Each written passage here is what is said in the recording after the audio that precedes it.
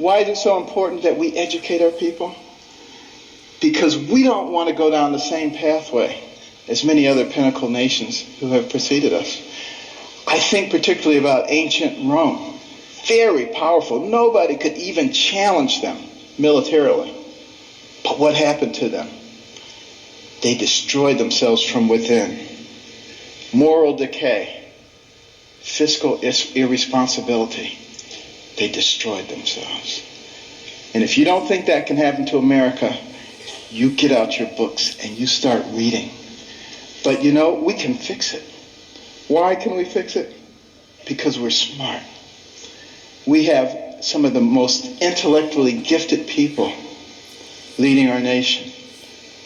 All we need to do is remember what our real responsibilities are so we can solve the problems. I think about these problems all the time. And, you know, my role model was Jesus. And he used parables to help people understand things.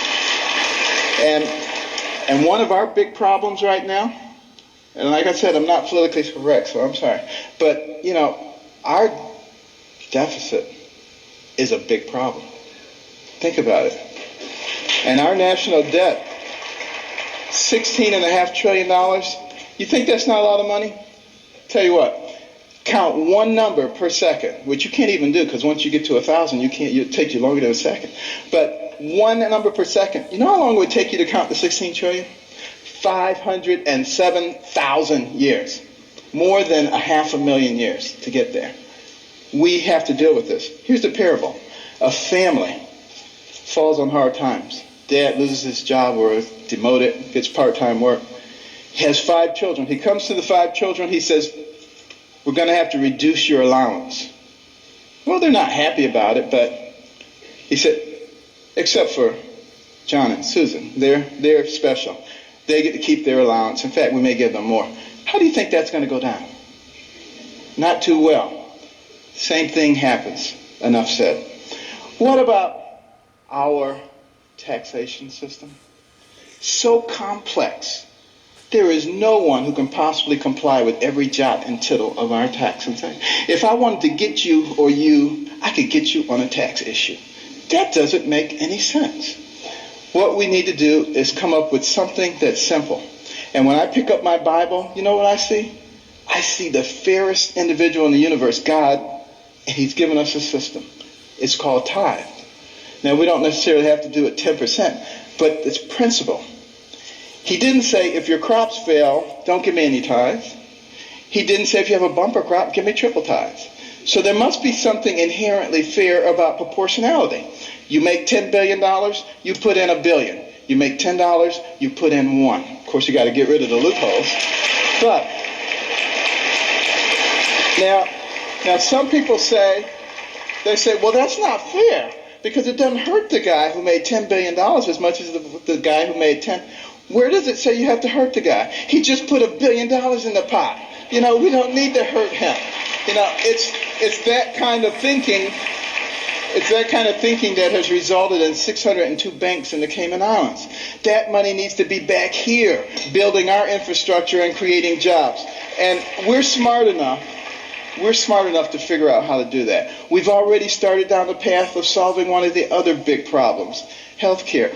We need to have good healthcare for everybody. It's the most important thing that a person can have.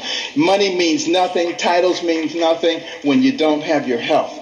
But we got to figure out efficient ways to do it. We spend a lot of money on healthcare, twice as much per capita as anybody else in the world, and yet not very efficient. What can we do? Here's my solution.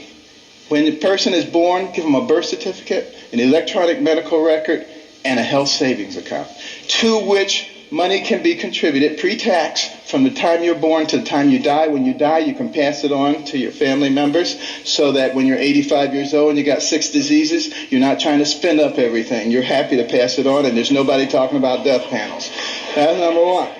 And also, you know, for the people who are indigent, who don't have any money, We can make contributions to their HSA each month because we already have this huge pot of money. Instead of sending it to some bureaucracy, let's put it in their HSAs. Now they have some control over their own health care.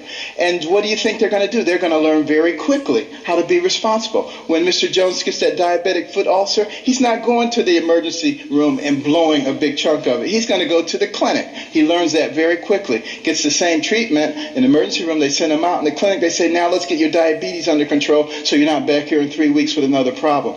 That's how we begin to solve these kinds of problems. It's much more complex than that, and I don't have time to go into it all, but we can do all of these things because we're smart people. And let me just begin to close here by another parable. Sea captain, and he's out on the sea near the area where the Titanic went down. And they look ahead, and there's a bright light right there. Another ship, he figures. And he tells his signaler, signal that ship, deviate 10 degrees to the south. Back comes the message. No, you deviate 10 degrees to the north. Well, he's a little bit incensed, you know. He says, send a message. This is Captain Johnson. Deviate 10 degrees to the north. Back comes the message. This is Ensign 4th Class Riley. Deviate 10 degrees to the south. Now he's really upset. He says, send him a message. This is a naval destroyer. Back comes the message. This is a lighthouse.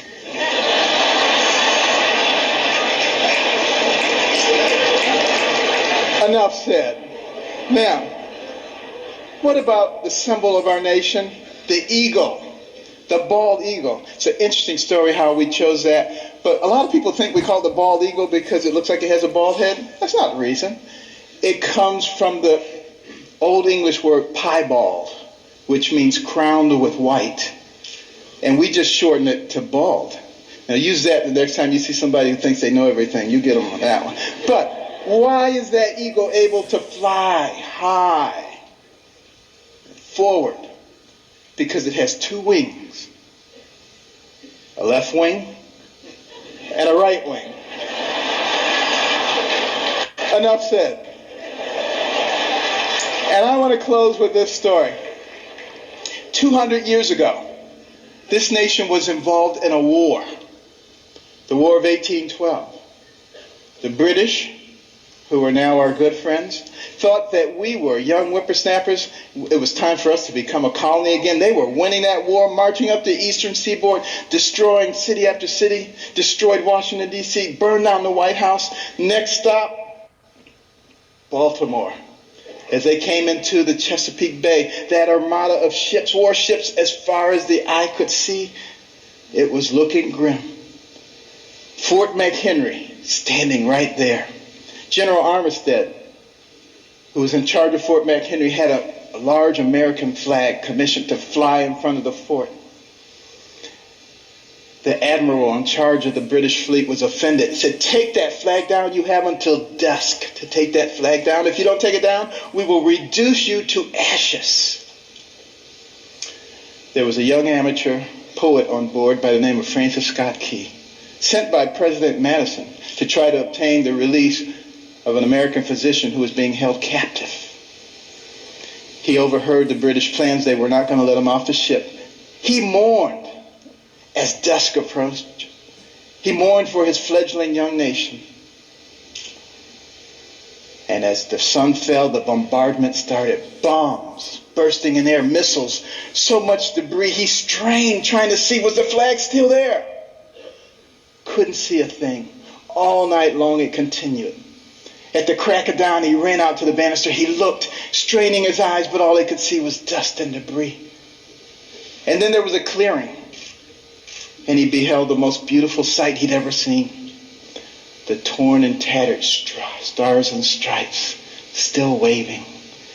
And many historians say that was the turning point in the War of 1812. We went on to win that war and to retain our freedom. And if you'd gone into the grounds of Fort McHenry that day, you would have seen at the base of that flag the bodies soldiers who took turns propping up that flag. They would not let that flag go down because they believed in what that flag symbolized. And what did it symbolize? One nation under God, indivisible, with liberty and justice for all. Thank you. God bless.